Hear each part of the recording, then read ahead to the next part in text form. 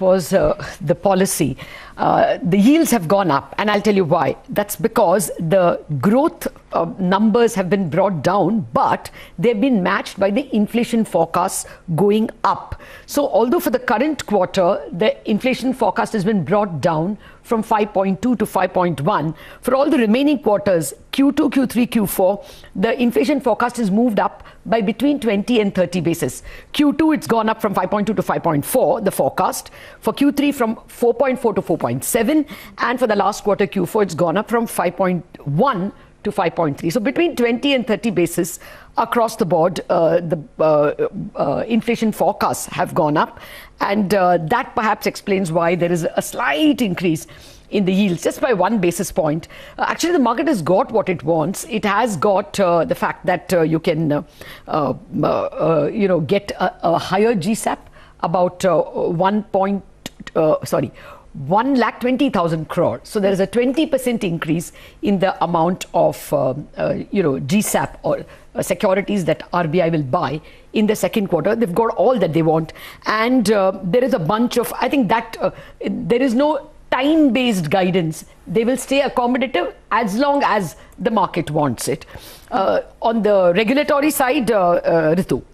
Well, the big ask of the bankers to expand the Resolution Framework 2.0, which so far was limited only for borrowers with exposure of up to 25 crores. That has been doubled to up to 50 crores. So that will cover a wider range of borrowers. That is one. And the second one is a special liquidity facility of 16,000 crores to SIDBI. Remember, RBI had already previously announced a 50,000 crore facility earlier. And the third one is a special liquidity facility of 15,000 crores under which banks can lend to contact-intensive sectors.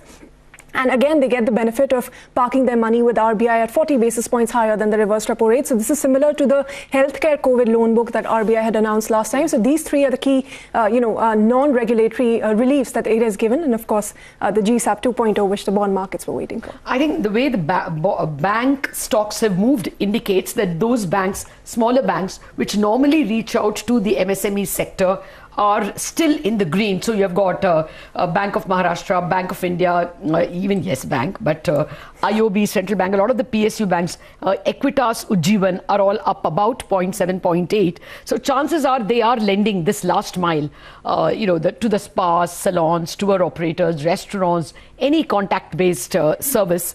So there could be some benefit for them because the banks will be keen to lend to them because they will get 25 basis relief, or they will get 25 basis extra for the extra money that they keep with the Reserve Bank. Of course, they will have to qualify to be good loans, good credits. No bank will want to have bad loan at the cost of earning another 25 basis at the reverse repo window. But that's as good a gesture that the RBI could do. And of course, you can restructure loans about 25 crore. You can restructure loans with an exposure of 50 crore. So as much as possible done for the MSME space.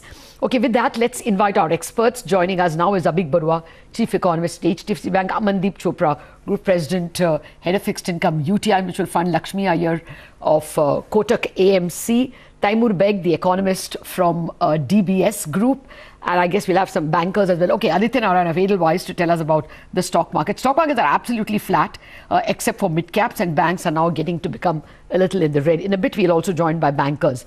Amandeep, yields have gone up. Okay, first, welcome all of you. Thank you for joining us. Amandeep, yields have gone up by 1 basis point. Why are you guys cribbing?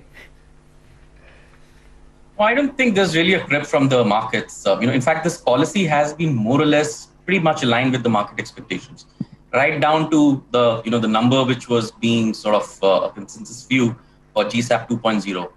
I think the difference and possibly the concern that the markets are currently expressing is the fact that this GSAP is now being shared with the SDLs. Earlier the entire sort of purchase was in a way believed to be of the central government securities. Now this is going to be shared with SDLs, not only in the next 40,000 crore GSAP 1.0 balance amount, but also it's an indication that the one in the Q2 of 1.2 trillion rupees will also have some share of SDL, GSAP as well, which effectively means that there's that much less available for, the central government securities. And I think that's a bit of a reaction that you're seeing in the markets today.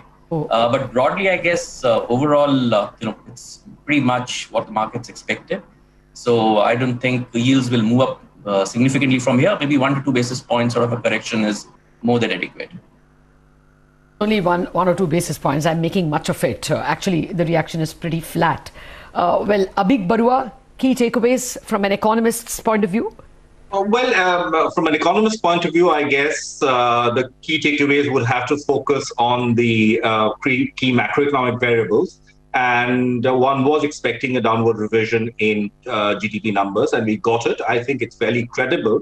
So in terms of, the spectrum of forecasts, it's possibly on the more optimistic side, and possibly, rightfully so, because we really don't have enough information to predict what will happen after the second wave, diminishes and things pick up.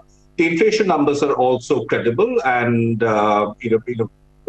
take into consideration the possible upsides to inflation that are coming from different sources. So from a macroeconomic perspective, pretty much in line with most expectations. Again, possibly on the growth side, a little optimistic. I think, from a macro management perspective, I think it's interesting because it's very clearly articulating a construct that it wants to follow in order to manage growth and inflation going forward, which is to have absolute control over yields, keep them at a particular level, or perhaps at times in a range, and coupled with what seems like an indication towards fairly aggressive exchange rate management, keeping the exchange rate within a band.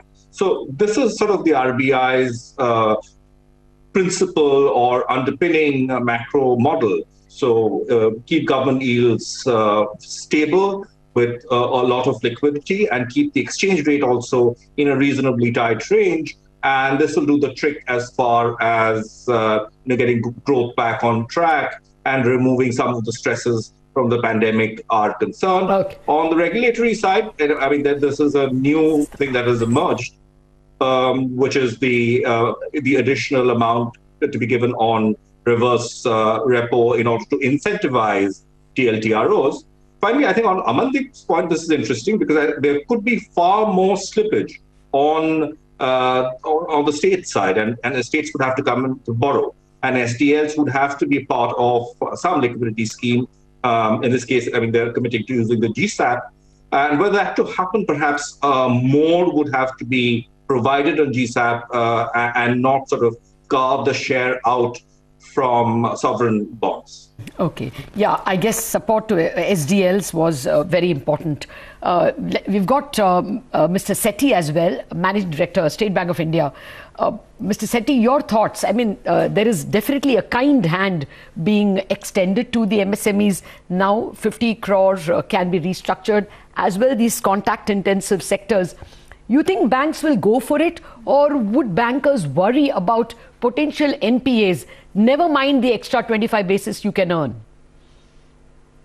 Yeah, good morning, Lata. I think the enhancement in the restructuring limit to 50 crores is definitely a welcome step, because MSMEs and the small businesses with small and medium enterprises, particularly, who have limits beyond 25 crores, which were covered in 1.0, also brought under 2.0 now. I think it's definitely a positive step, and it covers pretty much the whole universe of MSMEs.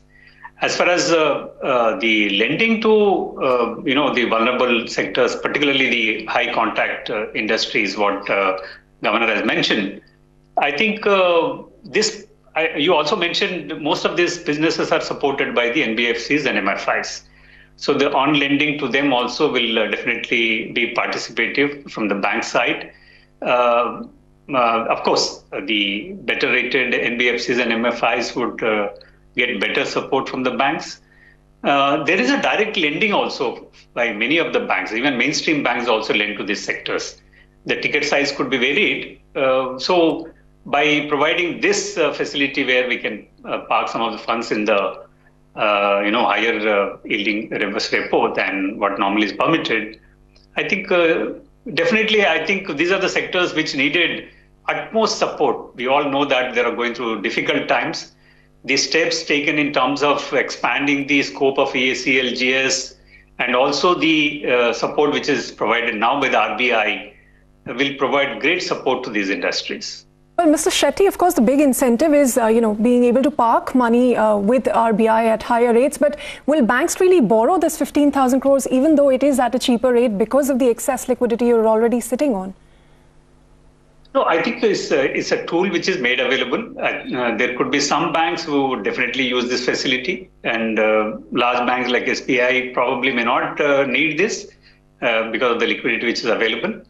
But more importantly, if you have seen even the last time around and currently, the signaling basically, to support these industries by the banks is very important.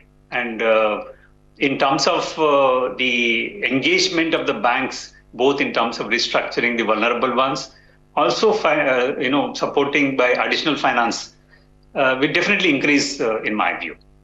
1 minute, Mr. Sethi, let's get the economist's view as well. Taimur Beg has been with us. Taimur, inflation forecasts have been increased for Q2, Q3 and Q4 by between 20 and 30 basis points. Do you think we are running out of time in terms of cheap money? The cheapest is behind us and RBI will normalize. Any comments on that? No, RBI will not normalize. I think RBI is giving very clear signals to the market. Don't worry about inflation, even if it is going a little bit higher. It's a bit like the Fed. We know that in our forecast horizon, there is some higher inflation, but it's all transitory. And with the kind of output gap that India has and the kind of demand side considerations that the central bank has, I don't think this is the time or place for talking about cheap money time being over. Look, they give everything the market wanted. Expanding the bond market purchase program, extending direct support to really affected sectors, and acknowledging growth risks to some extent. And the market got everything that they wanted. And that's the most that the RBI can do. And I know that the real action is not at the central bank end anymore. It is with vaccination. It is with dealing with the pandemic. Oh, absolutely. I mean, now you need really only a health policy, not monetary, not fiscal policy is going to help. Initially, it's going to be health policy. And I think both sides, government and RBI, have already done their bit for the medical guys. Now it is for them to perhaps increase the productivity. Quickly, Lakshmi, any thoughts? You expect, the banks can buy back CDs, but otherwise for borrowing from the bond market, any thoughts? So, Lata, the policy, while it was in line with expectation, I think the GSAP announcement, the additional amount probably could be a precursor because they've already expressed their intent to borrow additional also. Of course, timing is yet to be known, but they have specified that about 1.58 trillion rupees additional is what they would like to borrow. And I think that probably would get synced in the next couple of quarters as we get more clarity. So that's the way the bond markets are taking this announcement to be, and therefore there's not been too much of euphoria, and of course there's no hardcore pessimism. So in that sense, it's more of a déjà vu. There is a lot for the banks and the NBFCs over here, easing their ability to get money, cheap money. Do you think NBFCs will be able to borrow even cheaper, Lakshmi? Lata, in anticipation of an accommodative bias, in anticipation of no normalization immediately, we've already seen reasonable spread compression in the NBFC curve as well.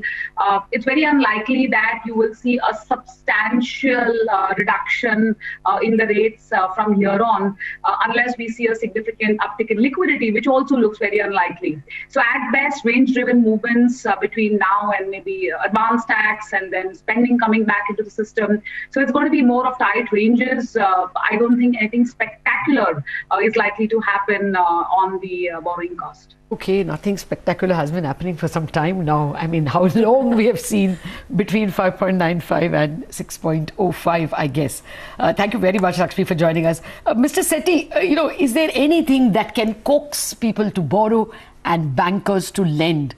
We've seen about the lowest credit growth since, I think, demo. If you remove the demo time, then I don't know, this kind of 5% credit growth goes back to maybe early part of the millennium. Can anything happen to improve credit growth? I think that the banks, contrary to what public narrative has been, that has never been averse to lending. In fact, we are ready to lend. Narrative, sir, not our narrative. So I think the banks are ready for lending, and the liquidity support which is available in the market, of course, definitely is a push factor for them to lend. Ultimately, the consumption demand has to pick up. Last cycle also, we have held on to our view that unless the consumption demand picks up, and which we have seen in the second half, if you have noticed, that there has been some uptick in the corporate loans also, both in the utilization of the working capital as well as bonds and CP issuances, which have increased in the second half of last year. Normally, the first half generally is slow for the credit growth, and the second wave definitely impacted much more than what we had expected in the quarter one. Ultimately, the economy has to open up, and some of the local lockdowns, if they're lifted and the consumption demand picks up, then only the credit growth can happen. As we have been saying, even in SBI, our corporates, working capital limits to the extent of 30-35% still remain unutilized. So that has to be first exhausted before the corporates actually get into the additional capex cycle. Ultimately, the bottom line is consumption demand. Yeah, the bottom line is that borrowers have to borrow. They've not even borrowed the sanction limits. But, Mr. Shetty, under Resolution Framework 2.0, banks are the ones that have been asking RBI to expand this window to include more borrowers. Have you already done some calculations on how much more you can lend, or how many more accounts you could restructure? Have you already started the process? And I assume provisioning would still remain at 10%? So yeah, provision will remain at 10%. As far as the MSME is concerned, we have broadly, have an idea how many MSMEs are eligible. But as you know, the whole universe of standard assets is eligible for restructuring. Last time, the number of MSMEs who had opted for restructuring was just about 5 to 6% of the whole eligible universe. And by amount, it was even much smaller. That means the smaller MSMEs adopted for restructuring. But the first 2 months of this quarter indicates that, the impact has been more secular this time around. Yes. We expect that some of the small and medium enterprises also would opt for restructuring, which is the reflection, what the limit has been increased from 25 crores to 50 crores. On the corporate side, of course, while they are not eligible for 2.0, there not have been many requests, as you know, in the 1.0 also. I think there would be a lag. If the economy continues to be impacted by lockdowns and infections, there could be some more people opting for the restructuring this time around. So last time... No, so go ahead, sir. Go ahead. Sorry. Last time there was a supplement, support by the ECLGS. Yeah. That has also helped for a number of people opting less for the restructuring. So there could be some marginal increase in the number of MSMEs opting for restructuring this time around. Okay. Well, Mr. Sethi, finally, before we let you go, anything more you could have asked for? So I think we have asked specifically through the IBA that the liberalized working capital, which was permitted earlier across the companies, without having exposure limit, would have helped, because it was suddenly stopped at 31st March 21. And some of them require extended support in the working capital reassessment. We would have been happy if that was allowed. Okay. All right. Maybe there will be something in future as well. Thank you very much, Mr. Sethi, for joining us. Aditya Narayan is waiting by patiently. Aditya, from a stock market point of view, is there any takeaway, or is it just on expected lines policy? And so now you move on and look at the non-farm payrolls. In some ways, no news is good news for the equity markets, because the markets have generally been doing very well. So I think that from a starting point is how the equity markets will treat this. I'd say there are 2 or 3 things to look at. One, I think the fact that the RBI continues to look through inflation, not put up too many red flags around it, and the fact that it's generally very accommodative for an extended period of time. I think that plays through very well. I mean, obviously, the markets are to some extent factoring this in, but the fact that there is a reiteration, I think, will provide a certain amount of comfort. I'd say the second thing is that, with the RBI annual report, there was some talk about asset values. And typically when markets are so strong, there is always a risk that, the central bank talks about bubbles and about certain asset classes being overheated. I think you've got none of that. And to some extent, in fact, there's just been a reiteration that financial markets have been very orderly, which I think tends to play through pretty well. And I say the third thing is, a little bit more accommodation in terms of pushing credit. I don't think it really lies with the RBI. It is at the end of the day for the business cycle to pick up loan growth and to start showing through demand. But it helps in the fact that the RBI is conscious of the fact that you need loan growth to pick up. You need incremental economic activity to start. So I think in all, I'd say, again, as I said, no news is good news. The markets are doing well enough as they are. But generally, the direction is right. And I think there should generally be comfort to the market that is already doing well. Okay. All right. At least the bank stocks, moving on expected lines, there is a bit of profit taking. But I guess people are preparing also for the Friday effect from RBI, from Wall Street and the non-farm payrolls. All the Ujjivans and the Equitas and all are doing well. They are perhaps the likely candidates, Bank of Maharashtra, for instance, or Karnataka Bank, the last mile guys. Those stocks are doing well. One would assume that they are the people who could use this TLTRO window. Actually, we should be even looking at the NBFCs. They also can use the TLTRO window, other than PNB and Magma, which are in an orbit of their own. I don't see too much. AU Small Finance Bank is doing well. MMFSL is also up 1/3%. All of them will benefit because of the benefit they can access the window and provide succor to MSME contact-based sectors. Taimur, I wanted to ask you, the governor defended the Reserve Bank's excessive gross buys and gross sells and excessive positions in the FX market, the high premiums they paid, although they have come down crashing in the last 3 days. Any takeaways from all that he said?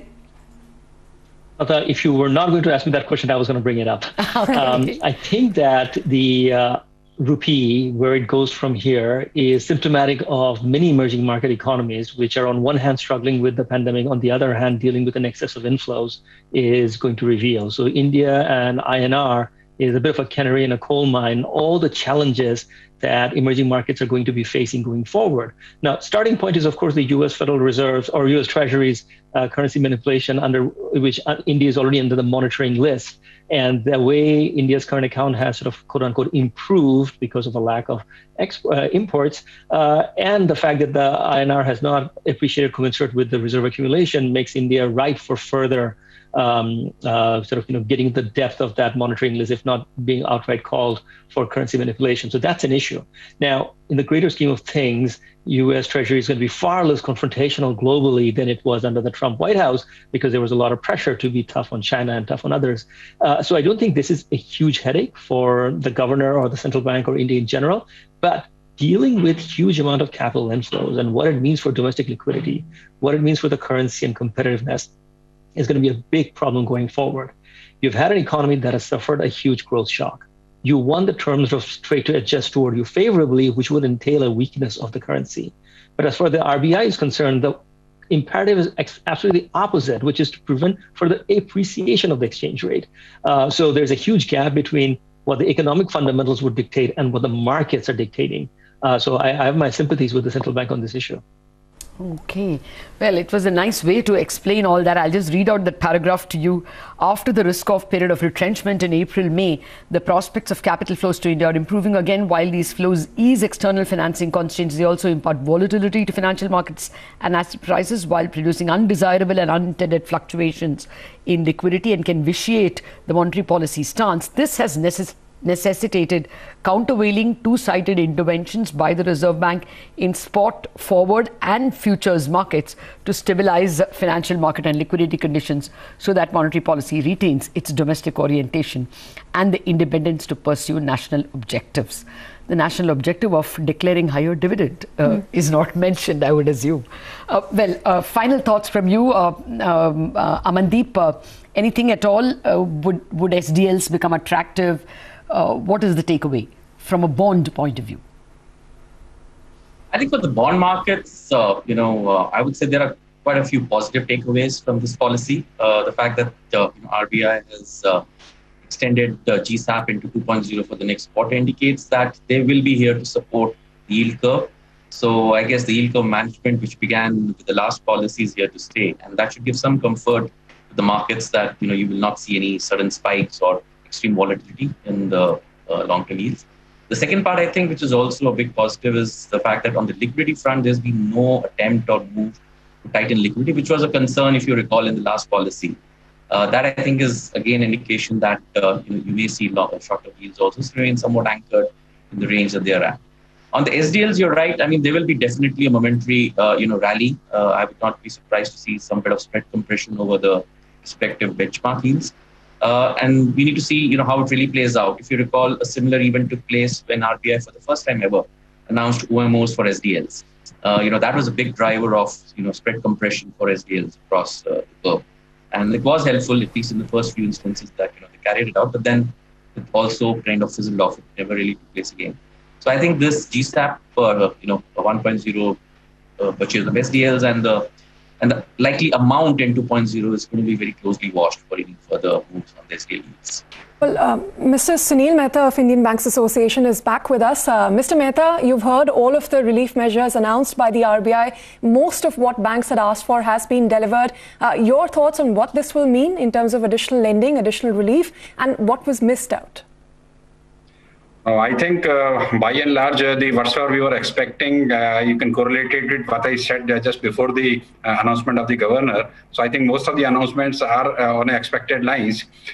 As regards the TLTRO window that they have opened for sectors with the higher contract level, that the hospitality, aviation, what we were expecting. So that will a blend of TLTRO with the relief for a mid-segment up to 50 crore will take care of almost everybody because 90% of our borrowers are within the range of 50 crore. So that will be taken care of with this restructuring window up to 50 crore. And even at a higher level can be taken care of by the additional liquidity that is being injected at a very low cost. So even that can be taken care of by the banking system itself. So I think it's a very balanced and calibrated approach. We must complement RBI with coming up a very calibrated release on our expected lines. So we are happy with it. Even Mr. Sethi was saying the same thing, Mr. Mehta, except that this working capital limits could have been extended, but they haven't even shut the door. It's quite possible that it can come, that the door can still remain open. The Reserve Bank has been able to manage this inflation growth dynamics very well so far. We don't know what the non-farm payroll numbers will be and what the Fed's position will be. At the moment, the Fed's position is aligned with what the Reserve Bank is saying, that they will look through inflation. So, Abhi, the final question to you really is that how long can Reserve Bank play this balancing act? Will it be arm-twisted by by global circumstances to recommend an exit or end to the accommodative policy sometime in 21? I don't think it'll happen in 21, but I think towards the end of the year, some of the leading central banks, particularly the Fed, might start discussing the taper. For us, I think end of 21 would be too early, because by that time we wouldn't have vaccinated enough. We would still be way behind the 2019 growth level. But I think around that time, I think we are in line with the underlying philosophy of monetary management of all other central banks, and we're not out of step with them as they sort of move towards at least discussing normalization. We'll have to follow, but I'm reasonably confident for us that's not going to happen before, say, March or April 2022. Anything earlier than that would be very, very disruptive. And maybe at the moment looks unlikely. Look at the way we're getting FX flows in the last couple of weeks. As soon as it was clear that the pandemic is ebbing, at least the second surge is ebbing, we have seen FX flows coming back strongly. So any danger from the external front now looks extremely far-fetched. Certainly something we don't have to discuss as imminent. Abik Barwa, Taimur Beg, Amandeep, Aditya Narayan and Sunil Mehta, thank you very much indeed for joining us and giving us your comments on the monetary policy. Just to summarize, just about every box has been ticked by the Reserve Bank. The bankers wanted that larger loans be restructured. Yes, it has been increased from 25 to 50 crore. Some benefit for contact-based sectors like restaurants and spas and salons. Granted. They have been asking for MSME support. SIDBI has been given more money. The bond dealers wanted more purchases by the Reserve Bank under the Government Securities Acquisition Plan 2.0. Yes, that has been increased by 20%. Growth would have to be, for credibility's sake, you have to reduce the growth figures. That has been done, and 9.5 would be the average I think you will get on the street. Inflation numbers have been, the forecasts have been upped. Now that is perhaps where maximum watch will be trained. Your eyes will be trained on that. There's nothing much the Reserve Bank can do if crude prices climb the way they do and global commodity prices climb the way they do. That's the spot of bother, but that's not entirely in our hands. Well, that's the summary of the monetary policy announced by the Reserve Bank this morning at 10 a.m. We conclude this presentation, but keep it with CNBC TV 18. There's lots more updates following on the other side.